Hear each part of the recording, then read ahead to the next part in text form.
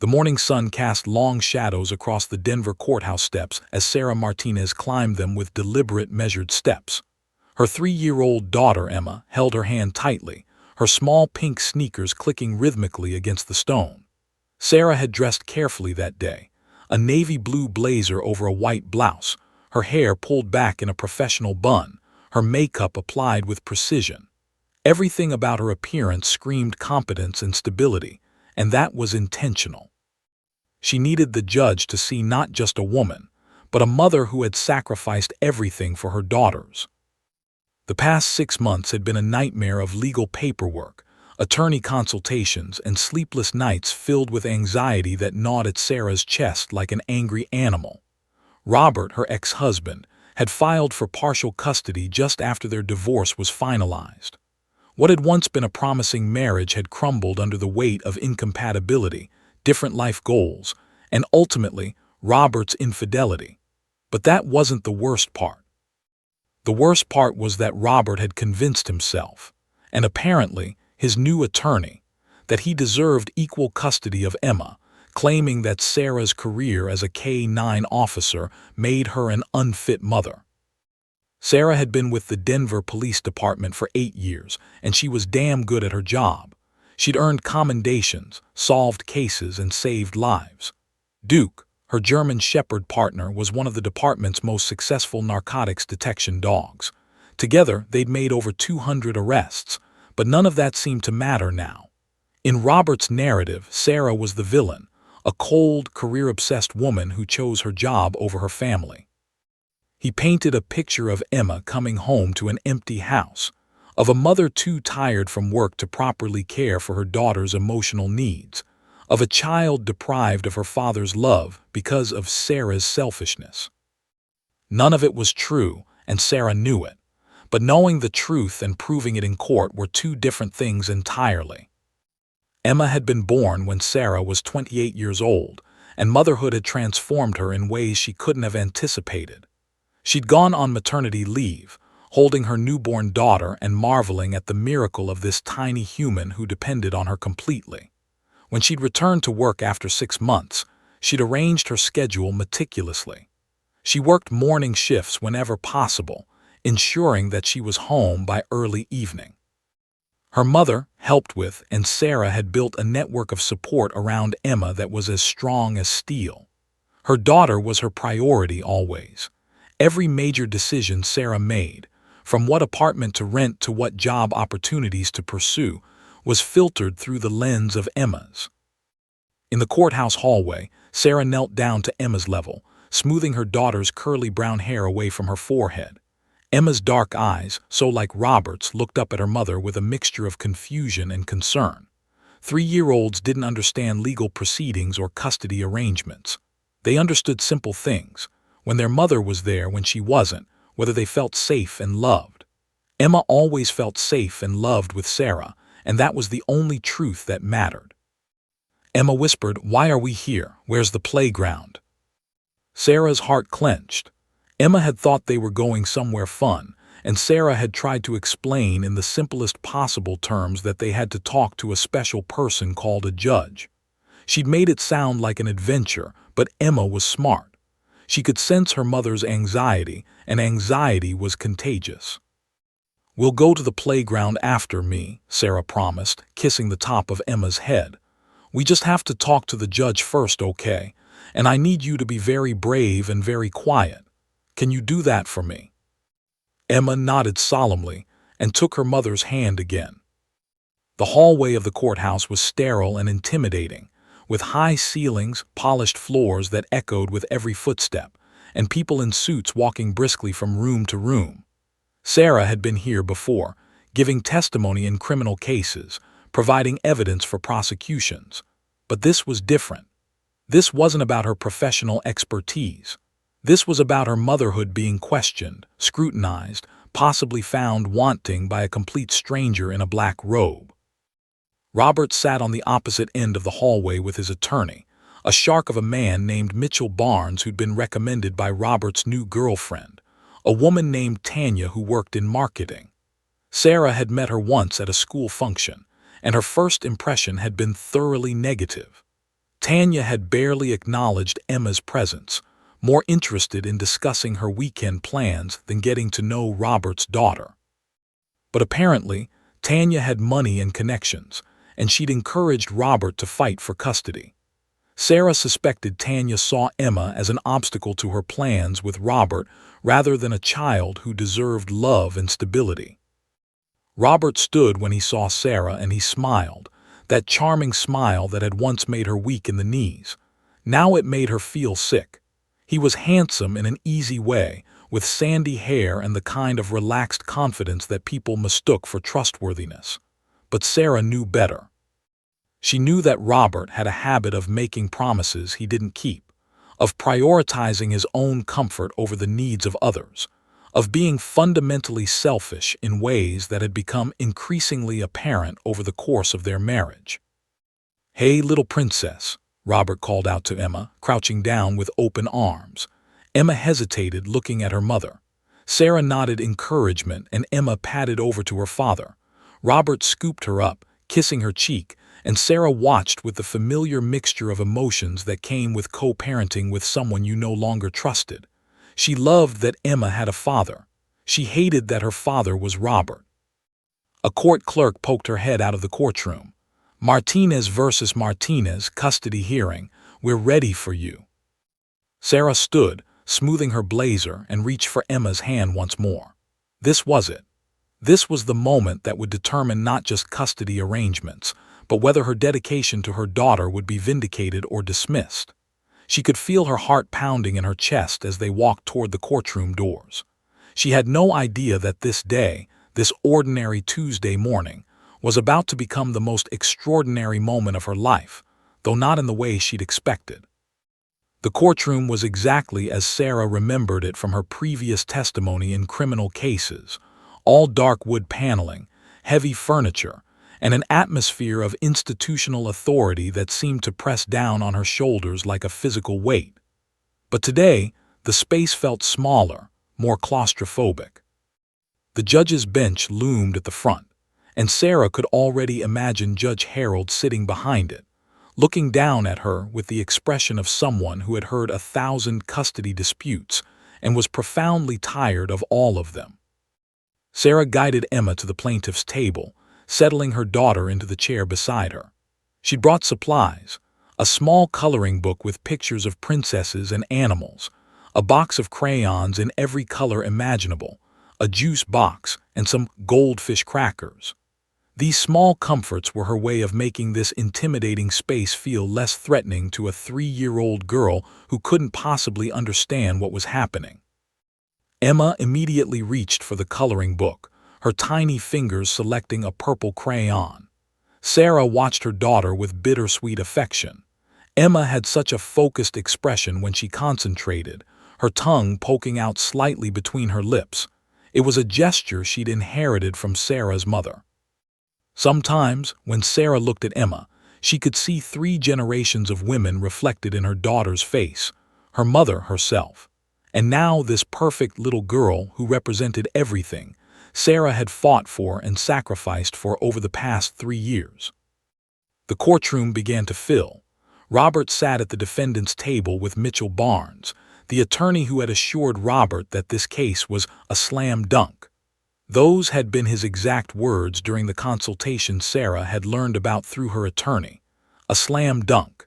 As if Emma's life, her emotional, her sense of security and belonging, were something that could be won or lost like a basketball game. Behind them in the gallery, Sarah spotted several officers from the Denver Police Department. They'd come to support her, her captain, 3 of her colleagues, and even 2 officers who worked with the K-9 unit. Their presence was a comfort, though she hadn't asked them to come. Word had spread through the department about the custody case, and her colleagues had around her. One of them officer had even brought flowers to the courthouse that morning, leaving them on her desk with a simple note. "You've got this, Martinez."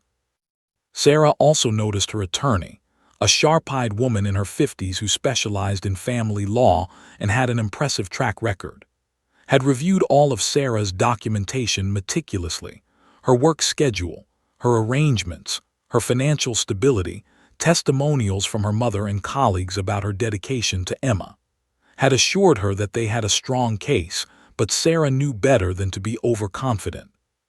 Family law was unpredictable, and judges were human beings with their own biases and assumptions. The court clerk called the case to order. Martinez versus Martinez, custody modification hearing.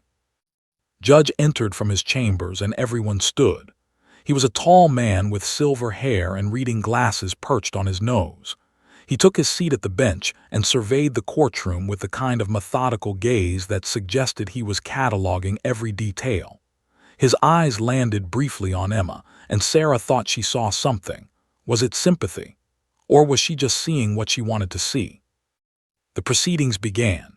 Mitchell Barnes stood first, buttoning his jacket and launching into his opening statement with the practiced confidence of someone who'd done this 1,000 times. He painted a picture of Sarah that was almost unrecognizable to her.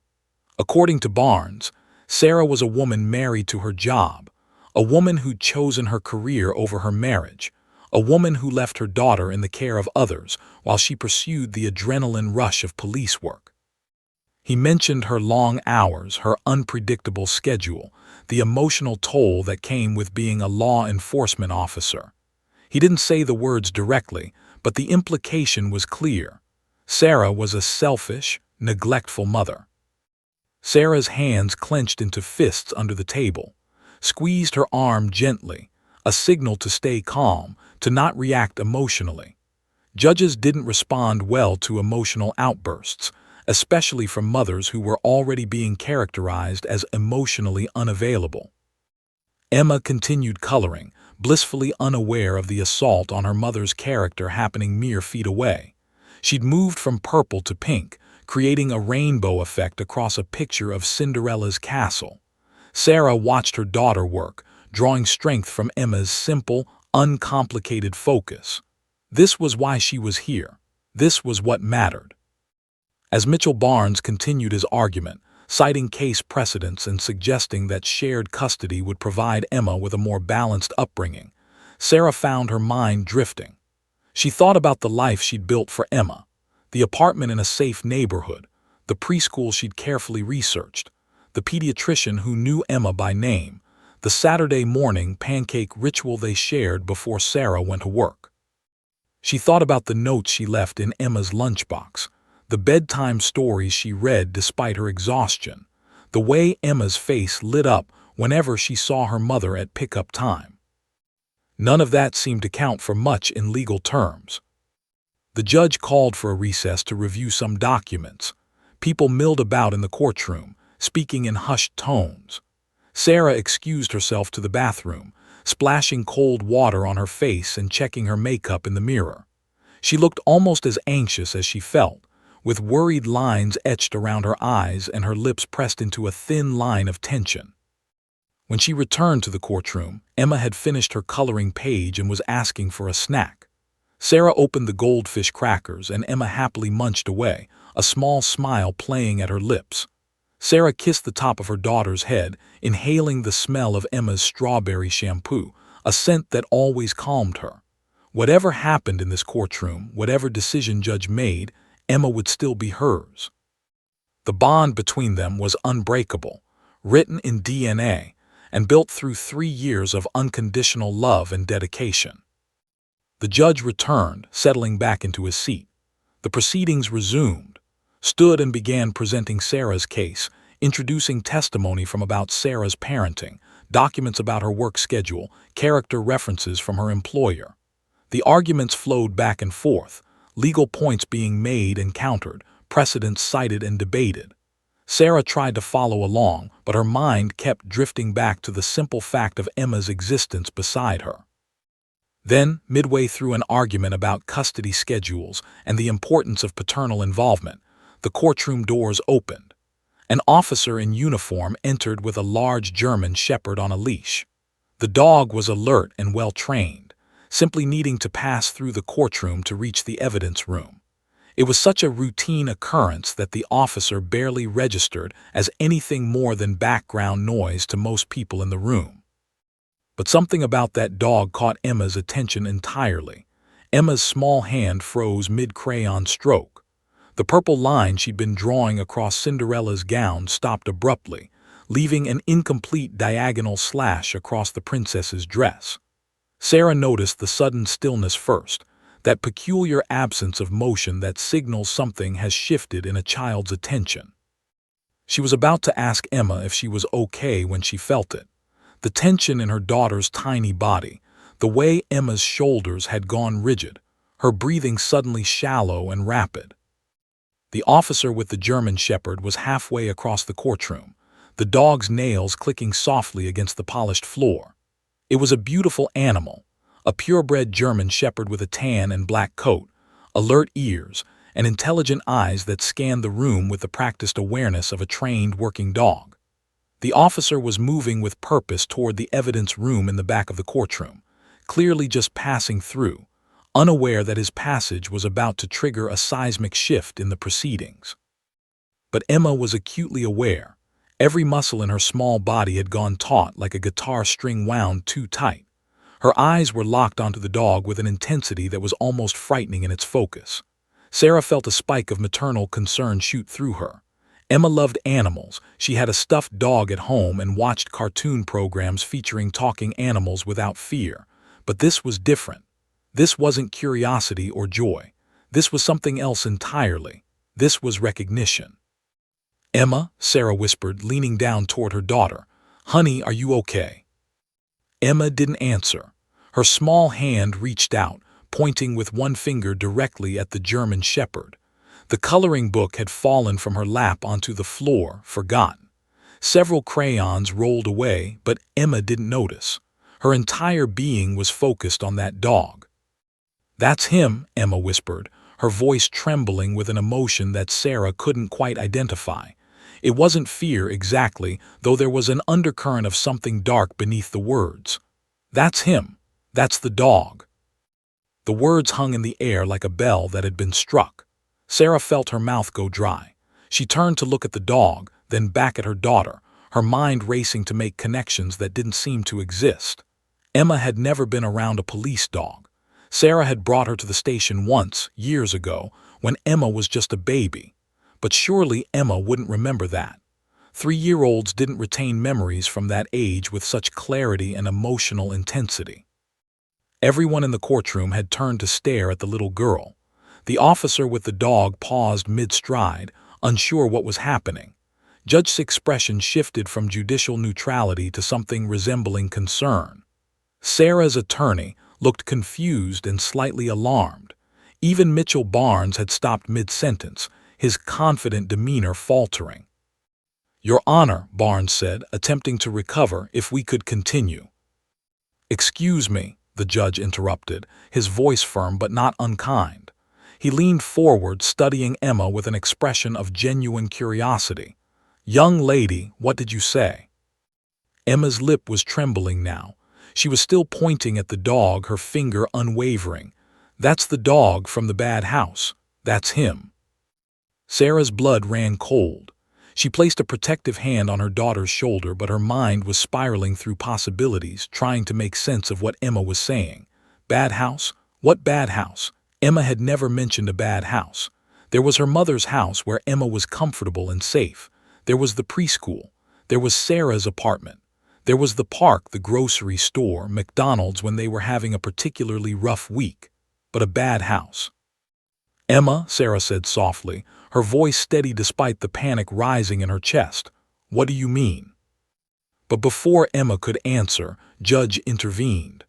"Your Honor," said, standing up, "I believe my client should have the opportunity to question her daughter about this unexpected statement." Judge nodded slowly, still studying Emma with an expression of deep interest. "Counselor," he said to Mitchell Barnes, "I think we need to pause these proceedings for a moment. It appears we have something unusual happening here." Robert was frowning, looking between Emma and Sarah with visible confusion. Sarah saw him open his mouth as if to speak, but Mitchell Barnes placed a hand on his arm, silencing him. The attorney's sharp eyes were now focused intently on Emma, and Sarah could almost see the calculations happening behind his eyes. He was trying to determine if this outburst would help or hurt his client's case. The officer with the dog had stopped completely now, hovering uncertainly near the evidence room door. Duke, Sarah could read the name on his vest now, was sitting calmly, his training evident in his composed demeanor despite the tension radiating through the courtroom. "All right," Judge said, addressing Sarah directly. "Ms. Martinez, it seems your daughter has something she wants to communicate. Perhaps we should give her the opportunity to do so. Can you bring her up here?" Sarah's heart was pounding so hard she thought it might break through her ribs. She looked at, who gave her an encouraging nod, though concern was etched across the attorney's face. Sarah gently took Emma's hand and led her toward the judge's bench. Emma walked slowly, her small body still tense, her eyes darting back to the dog occasionally as if afraid it might disappear. Judge descended from his bench and knelt down to Emma's level, an unusual gesture that demonstrated either genuine concern or genuine curiosity. Sarah couldn't quite tell which. "Hello, sweetheart," he said softly. "My name is Judge. What's your name?" "Emma," the little girl whispered. "That's a beautiful name," the judge said. "Emma, can you tell me about the bad house? Have you been to a bad house?" Emma's eyes filled with tears. She nodded slowly, and Sarah felt her own eyes beginning to burn with unshed tears. What was happening here?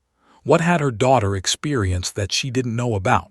The protective instinct that rose in her was so intense it was almost suffocating. There was a man," Emma began, her words coming slowly, haltingly. "He was scary, and the dog was there. He barked really loud. It was scary." "When was this, sweetheart?" the judge asked gently. Emma shrugged, unable to process time the way adults could. "A long time ago," she said, "with Daddy." The entire courtroom erupted into whispered chaos. Sarah felt the floor tilt beneath her feet. With Robert. Emma had been somewhere with Robert where there was a scary man and a police dog. Sarah looked at her ex-husband, who had gone pale, his jaw clenching visibly. Judge stood, and when he did, his expression had transformed completely. The judicial neutrality was gone, replaced by something much more grave. "I think," he said slowly, "that we need to pause these proceedings immediately. We need to contact law enforcement. This may be a matter that extends far beyond custody arrangements." Everything Sarah had been dreading, everything she'd hoped would never happen, was suddenly becoming terrifyingly real. Her daughter had just exposed something dangerous, something hidden, something that threatened to unravel not just the custody case, but potentially lives themselves. The courtroom doors opened, and officers began entering at the judge's request. What had started as an ordinary Tuesday morning custody hearing had transformed into something far more sinister and far more consequential. And it had all begun with a 3-year-old girl pointing at a police dog and speaking 2 words that would change everything forever. The courtroom had transformed into something between a crime scene and a psychological evaluation chamber. Judge had ordered everyone except Sarah, Emma, and Detective to step outside. The custody hearing was officially suspended, though everyone present understood it would never resume in the same way. Mitchell Barnes had tried to protest, arguing about proper procedures and due process, but the judge had shut him down with a single stern look. This was no longer about custody. This was about a child's safety and potential criminal activity. Detective was a veteran investigator in his mid-50s with gentle eyes and years of experience working with traumatized victims. He'd been called to the courthouse by Judge's request, and now he sat across from Emma in a chair positioned so he was at eye level with the little girl. He'd been trained in child interview techniques, understanding that how questions were asked could either help or harm a child's ability to communicate their experiences. Sarah sat beside Emma, her hand never leaving her daughter's small back. She was in shock, her mind reeling with questions and worst-case scenarios. Robert had been doing what with Emma? What kind of bad house was she talking about? How many times had this happened? Why hadn't Emma said anything before now? But even as these questions flooded her consciousness, Sarah understood that right now, Emma needed to feel safe and supported. Everything else, her anger, her fear, her sense of violation, had to be pushed down and compartmentalized. "Emma," detective said softly, his voice carrying the practiced gentleness of someone who'd spent decades talking to children in crisis, "you're being very brave. I want to ask you some questions about the dog and the house, okay? You can say yes or no, or you can tell me if you don't remember something. Is that okay?" Emma nodded, her thumb finding its way into her mouth, a regression that tore at Sarah's heart. Emma had stopped thumb-sucking over a year ago, and seeing her return to it now was a physical manifestation of her distress. "Can you tell me what the dog looked like?" detective asked. Emma was quiet for a long moment. Then slowly she began to describe the dog. "He was big like that one, brown and black. He was loud. He barked and barked. The man said bad words. He told the dog to be quiet, but the dog kept barking." Detective exchanged a meaningful glance with Sarah. The description matched Duke perfectly, but the revelation about a man saying bad words and the dog's agitation painted a picture of stress and conflict. Detective reached for a tablet on the table beside him and pulled up several photos of German shepherds. "Emma, do you see the dog from the house in any of these pictures?" Emma studied the screen, her brow furrowed in concentration. After several seconds, she pointed at one of the images, a German shepherd with coloring very similar to Duke. "That one," she said quietly. "That one looks like him." "Good job," detective praised. "Now, Emma, you said there was a man at the house. Can you tell me about that man?" Emma's expression clouded over. She pulled her hand away from the tablet and wrapped her small arms around herself. "He was scary," she whispered. "He smelled bad, like the stuff in his kitchen that makes the big smell." Sarah felt a chill run down her spine. She knew exactly what Emma was describing: strong chemical smells, the kind of smells associated with. Her mind didn't want to complete the thought. "Did the man ever say anything to you?" detective asked carefully. Emma shook her head. "He didn't like me there. He told Daddy he was mad that I came. He said bad things, he said. He said I shouldn't see things." "What kinds of things were you seeing?" the detective asked gently. "I don't know," Emma said, and Sarah could hear the frustration in her tiny voice. "There were bottles. There was a table with lots of stuff on it. There were lights that were very bright. And the dog kept trying to smell things. The man kept telling the dog to stop." Detective continued his questioning, and with each answer, a clearer and more disturbing picture began to emerge. Emma described a basement. She talked about seeing multiple bottles, some of them colored red or blue. She mentioned a strong chemical smell that made her nose hurt. She described seeing men in dark clothes, though she couldn't remember their faces. And she kept returning to the dog. How the dog had been very interested in the basement. How it had kept pulling towards certain areas. How the man had been angry about the dog's behavior. Sarah's worst fears were crystallizing into a horrifying reality. A basement, chemical smells, multiple men, a police dog that had been interested in specific areas. Everything pointed to one conclusion: the house was a drug manufacturing or distribution operation, and Robert had brought Emma there. He had exposed their daughter to an illegal drug operation. "Emma," detective said, his voice even more gentle now, "I need to ask you something important. Did anything hurt? Did anyone ever hurt you at that house?" Sarah's breath caught in her throat. She pressed closer to Emma, her protective instinct screaming. Emma was quiet for a long time, then she shook her head. "No, but I was scared. It was loud and it smelled bad and the man was mean. I wanted to go home." "Did you tell Daddy you wanted to go home?" the detective asked. "Yes," Emma said, "but he said we had to stay. He said it would only be a little bit longer." "How many times did you go to that house, Emma?" Emma held up her fingers, trying to count. She got to 3 fingers, then looked uncertain. "I don't know, many times, but I don't want to go back there. I don't like that house." Detective looked at Sarah, and in his eyes she could see the confirmation of her fears. This was serious. This was very, very serious. Over the next hour, Detective continued his gentle interrogation of Emma, filling a notebook with details and observations. He documented Emma's physical descriptions, her timeline, however vague a 3-year-old's timeline could be, and most importantly, her recognition of the police dog. He explained to Emma that she'd been very helpful and very brave, and that he was going to help keep her safe. When the formal interview concluded, Detective stepped out of the courtroom, and Sarah pulled Emma into her lap, holding her daughter close and fighting back tears of rage and anguish. Emma had experienced something traumatic, something dangerous, something that Sarah, for all her vigilance and her protective instincts, had failed to prevent. The guilt was crushing, even though Sarah knew intellectually that this was not her fault. Robert had done this.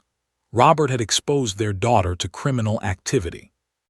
Detective returned with Detective Lisa, a younger investigator who specialized in narcotics cases. The two detectives spoke in hushed tones with Judge, exchanging information, making phone calls, initiating what was clearly going to become a full-scale investigation. Approached Sarah cautiously. "Sarah," she said quietly, "I need to advise you that this situation has changed dramatically. We may need to contact the DEA. We may need to file additional reports with Child Protective Services, and most importantly, we need to protect Emma." Sarah nodded numbly. The custody hearing felt like it belonged to another lifetime, another universe where the only stakes were which parent got to pick Emma up from preschool on Thursdays. Now, everything had shifted. The stakes were Emma's physical safety, her psychological, and potentially the criminal prosecution of her father. Detective re-entered the courtroom with a grave expression. "Your Honor," he said, "we need to speak with you immediately. We believe we may have identified a narcotics operation, and we believe this child may have been directly exposed to it." The fragmented memories of a 3-year-old had just opened a door to a criminal conspiracy that would eventually impact far more lives than anyone in that courtroom could have possibly imagined. The Denver Police Department's Major Crimes Unit received the call at 10:47 a.m. on a Tuesday morning. Detective had contacted his superior, Captain Michael Santos, with urgent information about a potential narcotics operation that had exposed a young child to criminal activity. Within minutes, the entire investigative apparatus of the department began mobilizing with the kind of intensity usually reserved for violent crimes or imminent threats. Captain Santos convened an emergency meeting in the Major Crimes bullpen. Detectives pulled away from their current cases.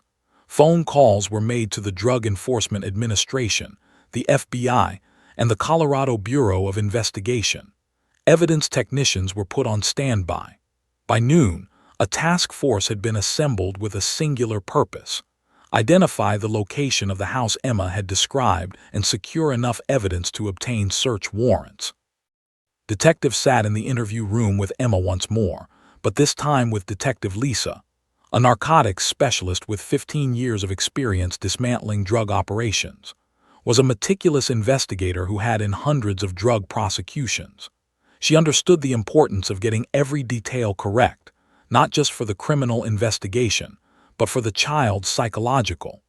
Children who'd been exposed to trauma needed consistency and care in their treatment by the justice system. "Emma," said gently, placing a large map of Denver on the table in front of the little girl, "we want you to help us find that house. Can you help us?" Emma looked at the map uncertainly. Maps were abstract concepts for a 3-year-old, and her understanding of geography was limited to home, preschool, and the park. But Detective had prepared for this. She had printed photographs of various Denver neighborhoods, different streets, different types of houses. She was about to show Emma a visual representation of her memories rather than asking her to navigate an abstract map. "Do you remember what the house looked like?" asked, showing Emma various photographs. "Was it on a street like this, or like this?" Emma studied the images with intense concentration, After several minutes, she pointed to a photograph of a modest two-story house on a tree-lined street. "Like that one," she said, "but the colors were different. It was darker." Over the course of the next 2 hours, Detective used various techniques to help Emma identify the location. They discussed landmarks. Was there a park nearby? A store? A church? Emma remembered a big tree. She remembered seeing a fence. She remembered a driveway that went down beneath the ground level, a basement entrance.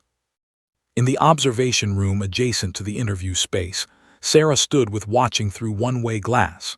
Every word her daughter spoke was being recorded, documented, and analyzed.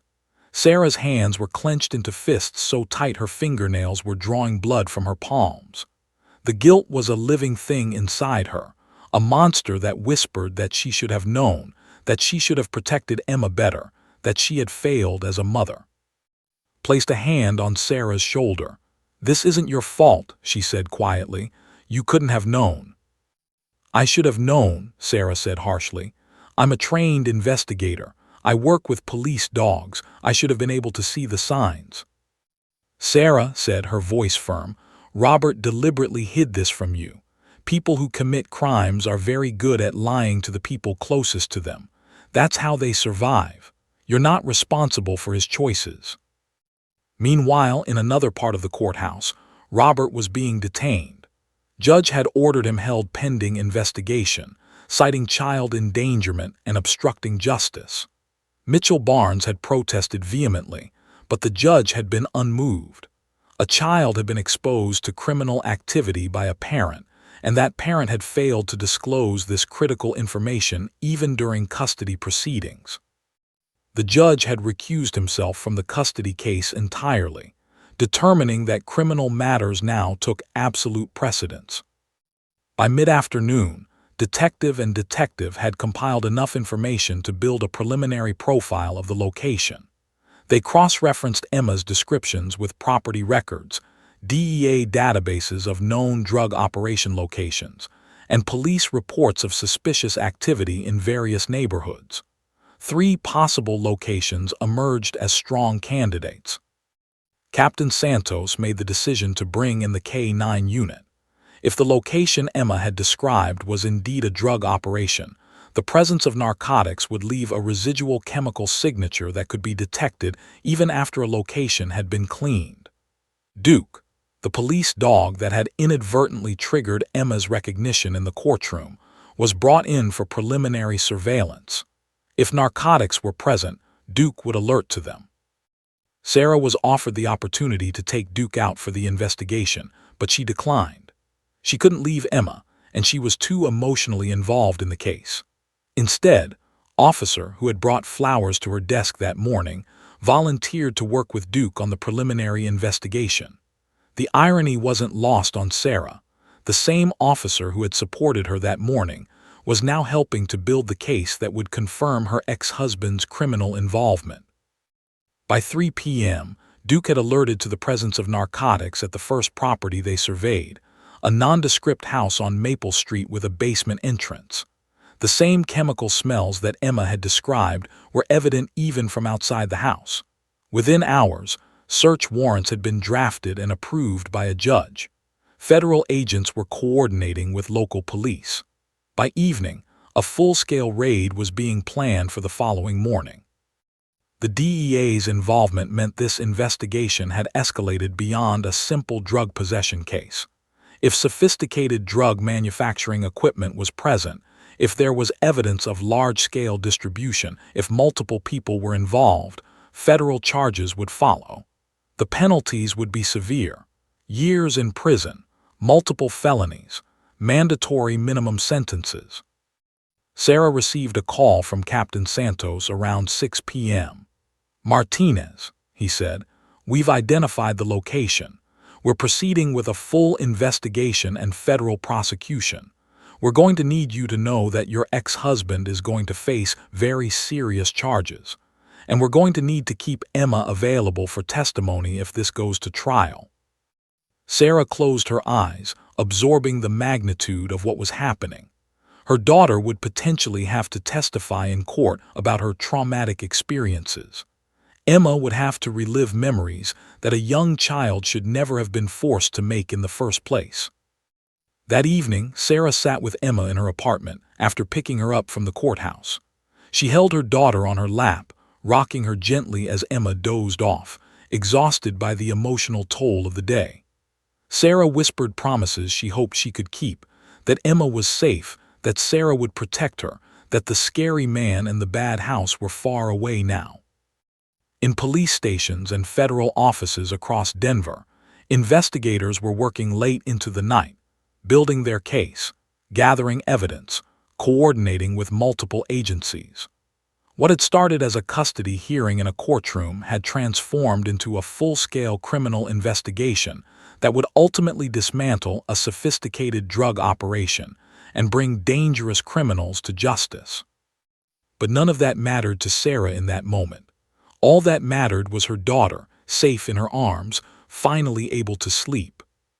The investigation was just beginning, and the road ahead would be long and complicated. But Emma had spoken those two words, "That's him," and set in motion a chain of events that would eventually bring justice not just for her, but for countless others who had been victimized by the criminal enterprise operating in that dark basement. The raid on Maple Street unfolded in the pre-dawn darkness of Wednesday morning with the precision of a military operation. Federal agents in tactical gear surrounded the modest two-story house while local police secured the perimeter. A battering ram was positioned at the front door. Officers in protective equipment stood ready. Detective and detective coordinated from a command vehicle, monitoring the operation through body cameras worn by team members entering the house. At 6:47 a.m., the battering ram struck the door.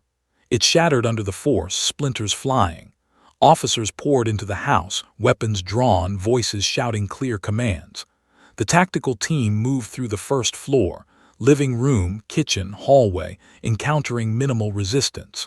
The primary target was the basement, and that's where they found it, a full-scale narcotics manufacturing operation. The basement was exactly as Emma had described it through the fragmented lens of a traumatized child's memory. There were bottles, hundreds of them, some filled with colored liquids, others containing crystalline substances. There was industrial equipment designed for drug synthesis. There was a bright LED lighting system set up over a large work table. There were scales, measuring devices, packaging materials, and evidence of recent manufacturing activity. The chemical smell was overpowering even to the officers in protective gear, a nauseating combination of solvents and volatile compounds. But the most incriminating evidence came not from the manufacturing setup itself, but from the documentation scattered throughout the basement. There were notebooks filled with formulas and production notes. There were financial records detailing transactions and payments. There were photographs of finished product. And most damaging of all, there were photographs of Emma. The photographs made every officer in that basement go rigid with rage. There were pictures of a small child, clearly Emma, unmistakably Emma, standing in the basement while manufacturing equipment operated around her. She was smiling in some of the photos, unaware of the danger, unaware that she was being documented in a criminal operation. In other photos, she appeared confused or frightened. The images had been taken by someone who viewed her presence as entertainment, as something to memorialize rather than something to be ashamed of. Detectives' hands shook as she the photographs as evidence. She'd worked narcotics cases for over a decade, had seen the devastation drugs inflicted on communities, but the image of a 3-year-old girl in the midst of a drug operation stirred something primal in her. This wasn't abstract criminality. This was a child. This was deliberate child endangerment. By mid-morning, 3 arrests had been made.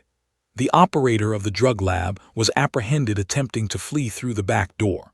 Robert Martinez was arrested at his apartment, where officers found an additional stash of narcotics and financial records detailing his involvement in distribution. And Thomas Tom, a third co-conspirator, was arrested at his place of employment, a warehouse on the outskirts of Denver. Back at police headquarters, the evidence continued to pile up. Forensic technicians photographed every item from the basement. Financial analysts began tracing the money flow, following transactions through bank records and cryptocurrency exchanges. The deeper they dug, the more extensive the operation appeared to be. This wasn't a small, amateur drug operation. This was a sophisticated distribution network that had been operating for at least 2 years. Detective worked through the night, cross-referencing Emma's testimony with the physical evidence from the house. Every detail she'd mentioned, the bottles, the bright lights, the chemical smell, the man's anger at the dog's behavior, all of it aligned perfectly with what they'd found. In a separate interview room was being questioned by federal agents from the DEA. Was fighting to minimize his involvement, claiming he was just a small-time operator who'd gotten in over his head. But the evidence told a different story. The financial records showed that had been manufacturing and distributing methamphetamine and cocaine on a large scale. Robert's involvement was equally damning.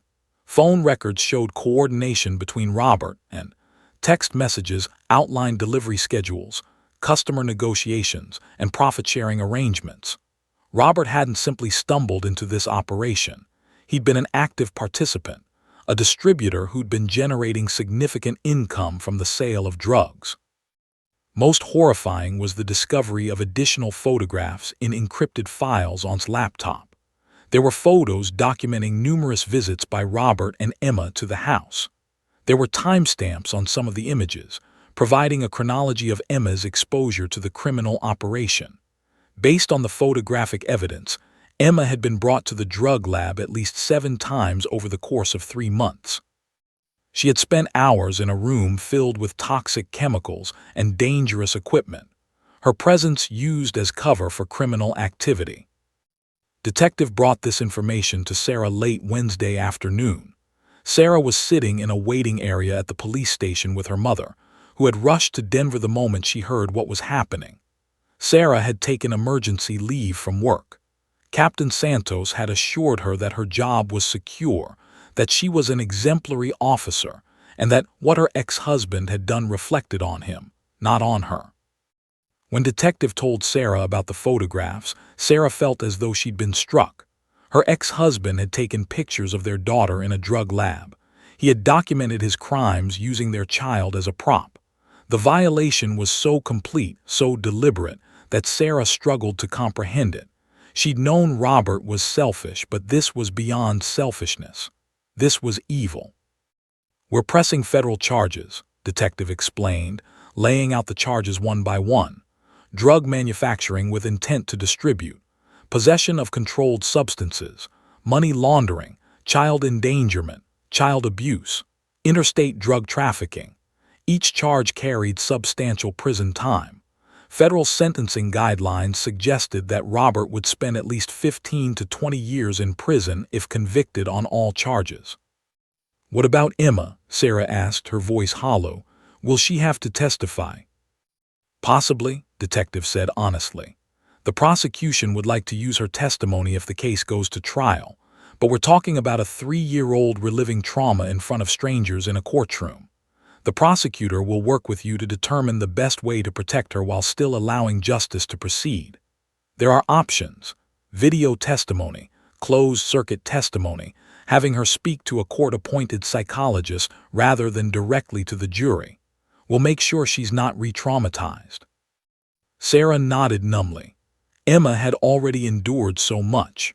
The thought of putting her through a trial, of having her subjected to cross-examination by defense attorneys, of having her testify about traumatic experiences in public was almost unbearable. But justice required testimony.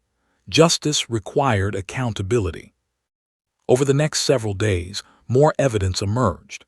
The DEA traced the drug operation's supply chain back to a larger cartel.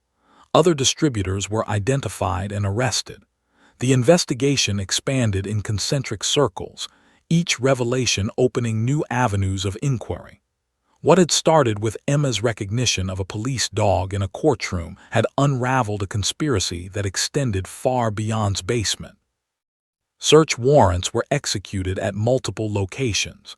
Police discovered that had been manufacturing drugs on an industrial scale, producing enough product to supply a distribution network across 3 states. Robert's role in this network became increasingly apparent. He'd been more than just a small-time dealer. He'd been one of its primary distributors, responsible for moving product and collecting payments.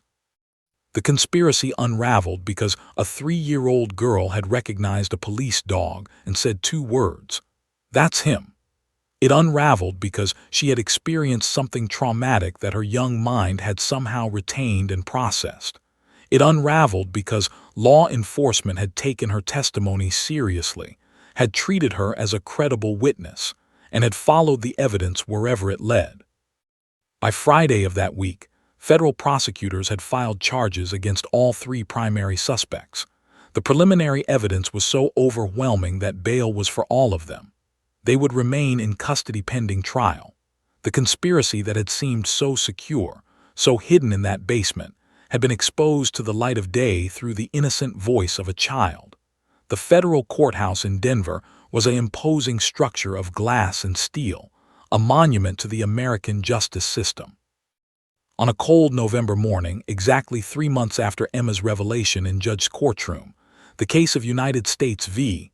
Robert Martinez and Thomas began its preliminary hearing. The courtroom was packed with spectators, law enforcement officials, federal prosecutors, and members of the press. What had started as a custody dispute had transformed into a landmark case about child protection, criminal enterprise, and the unexpected ways that justice can emerge. Federal Judge Hastings presided over the proceedings. She was a woman in her 60s with a reputation for being both fair and stern, unwilling to tolerate any deviation from courtroom decorum or legal procedure. Her eyes were sharp, missing nothing, and when she looked at the defendants, her expression made clear what she thought of men who would expose a child to such danger. Assistant U.S. Attorney, no relation to, stood to present the government's case. She was a seasoned prosecutor in her mid-40s with an impressive conviction rate and a reputation for meticulous preparation. She opened with a statement that was both factual and damning. 3 men had conspired to manufacture and distribute illegal drugs on a massive scale, and in doing so, they had deliberately exposed a 3-year-old girl to a dangerous criminal operation. "Your Honor," began, "this case represents not just a drug trafficking conspiracy, but a callous disregard for human life, particularly the life of a vulnerable child. The evidence will show that the defendants operated a sophisticated methamphetamine and cocaine manufacturing and distribution network.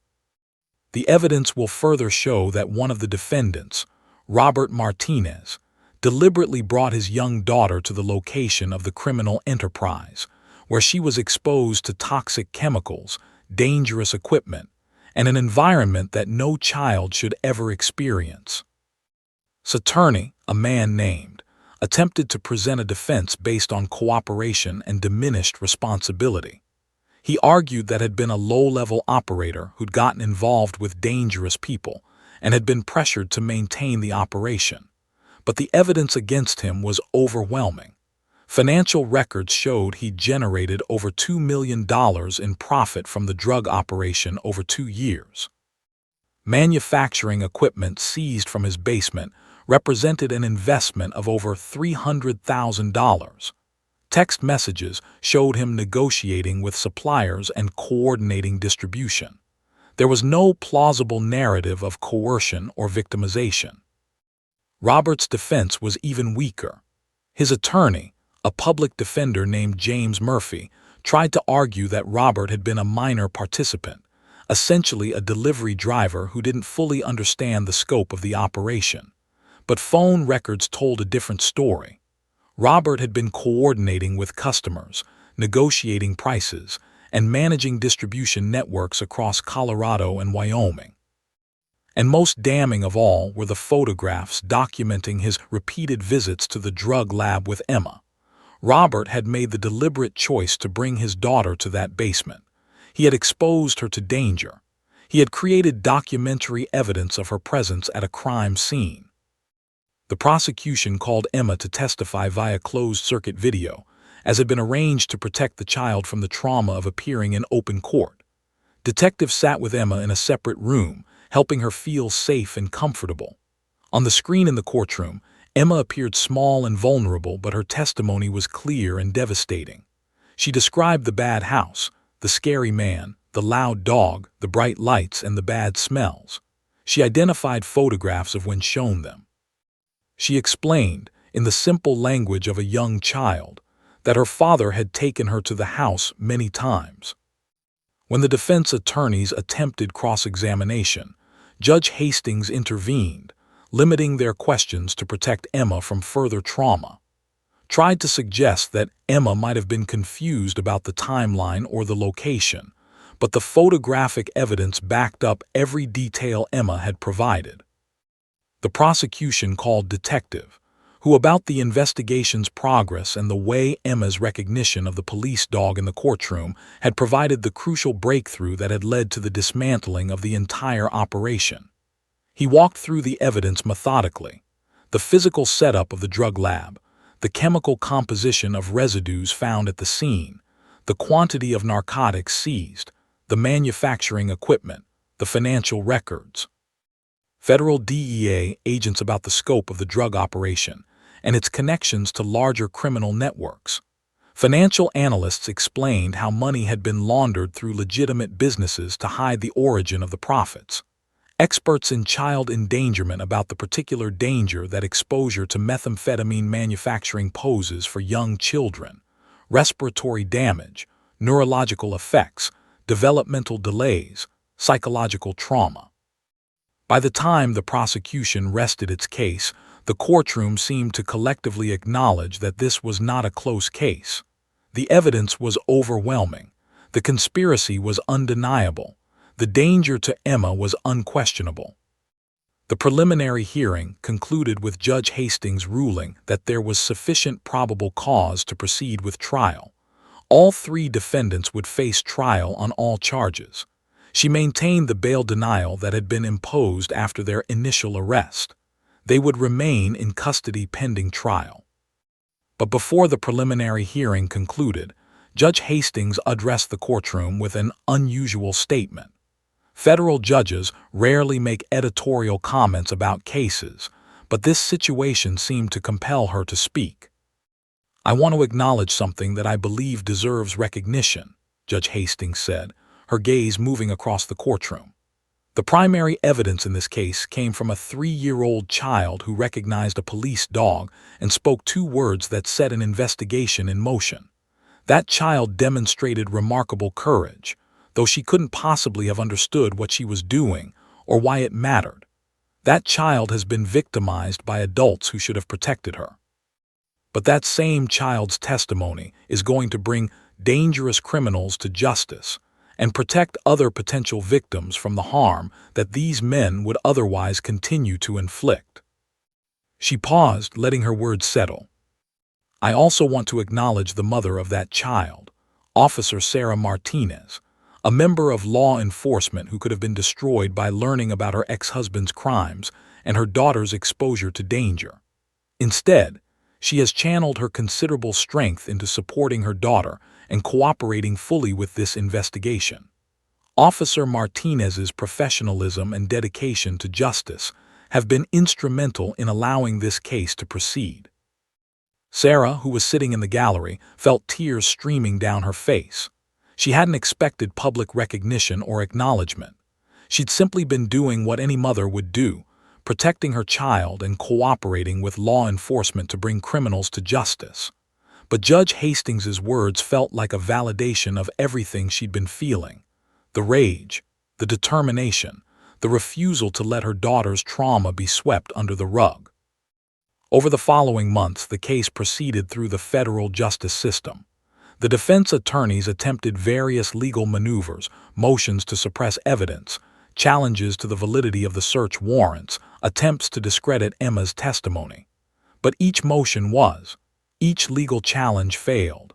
The evidence was simply too strong, the conspiracy too clear, the danger to Emma too obvious. When it came time for sentencing, the federal sentencing guidelines left little room for judicial discretion. Received 22 years in federal prison on the primary charges. Thomas received 18 years. Robert Martinez received 15 years, a sentence that reflected both the severity of his crimes and the fact that he had cooperated somewhat with investigators in exchange for a reduced sentence. He would spend his daughter's formative years incarcerated, missing every milestone, every birthday, every moment of her growing up. As Robert was led from the courtroom in handcuffs, he looked at Sarah with an expression she couldn't quite read: regret, perhaps, or resentment, or simply the hollow recognition that his own choices had destroyed his life. Sarah felt no satisfaction in his suffering. She felt only relief that Emma was finally safe, that the conspiracy had been dismantled, that justice had been served. 2 years had passed since Emma pointed at the police dog in Judge's courtroom and spoke the 2 words that changed everything. Sarah stood in her kitchen on a Saturday morning, watching her 5-year-old daughter eat cereal at the breakfast table, and marveled at how resilient children could be.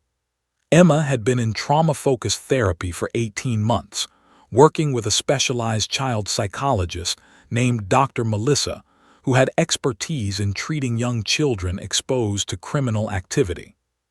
The therapy had helped Emma process her experiences, build coping mechanisms, and develop a sense of safety that had been so violently disrupted. Emma still had nightmares occasionally. She still flinched at loud noises. But she also laughed, played with other children, went to kindergarten, and was developing into a thoughtful, intelligent little girl who was healing from her trauma with remarkable grace. Sarah had made it her mission to ensure that Emma's childhood, despite its traumatic beginning, would be filled with love, stability, and the kind of security that every child deserved. The custody case that had initially brought them to the courthouse had never resumed. Judge's decision to suspend it had effectively ended Robert's claim to custody. With his conviction and incarceration, the question of custody had been rendered moot. Sarah had full legal and physical custody of Emma, and there was no possibility of visitation. Emma's safety had to come first, and in this case, severing the relationship with her incarcerated father was deemed in her best interest. Sarah's career had taken an unexpected turn following the case. She'd been commended by the Denver Police Department, the state of Colorado, and even the federal government for her role in breaking up a drug conspiracy. News outlets had picked up the story 3-year-old's police dog recognition leads to major drug bust, and it had captured national attention. The story had been covered by the Associated Press, featured in major newspapers, and discussed in law enforcement training programs across the country. This attention had led to an opportunity that Sarah had never anticipated. Captain Michael Santos had approached her 6 months after Robert's sentencing with a proposal. The Denver Police Department wanted to create a specialized unit focused on child protection and trauma-informed investigation techniques. They wanted Sarah to lead it. They wanted her expertise, her credibility, and her lived experience to help other children who'd been victimized by criminal activity. Sarah had accepted without hesitation. She transitioned out of the K-9 unit, though she still occasionally worked with Duke on special cases, and had begun building the Child Protection and Trauma Investigation Unit from the ground up.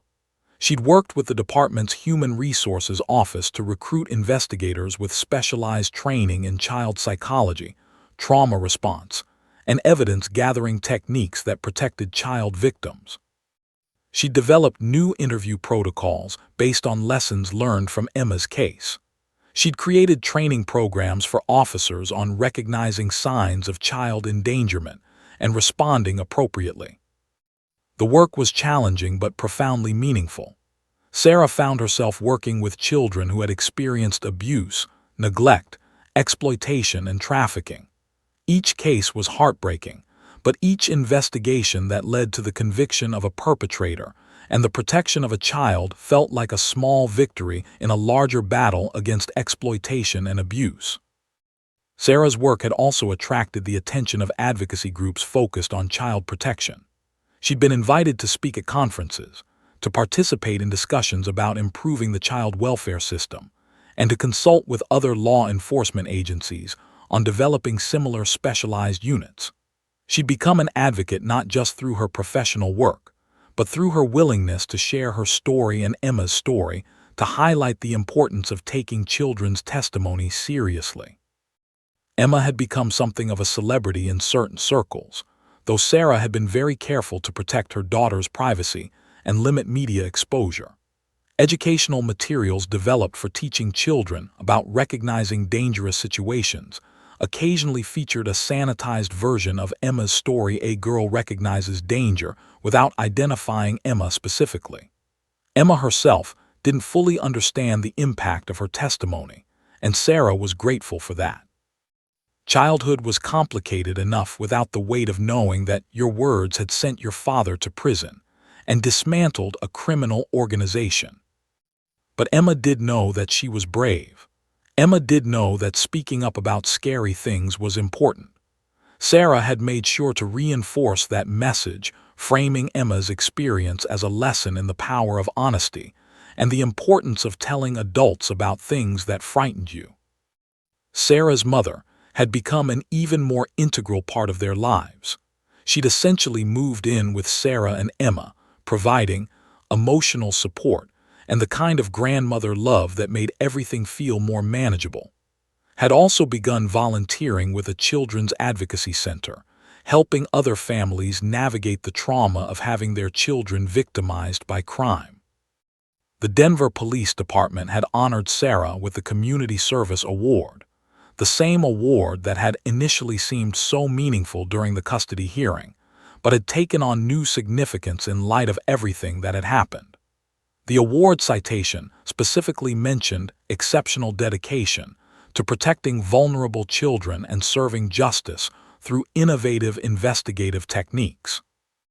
Sarah had also been instrumental in advocating for changes to Colorado state law regarding child testimony in criminal cases.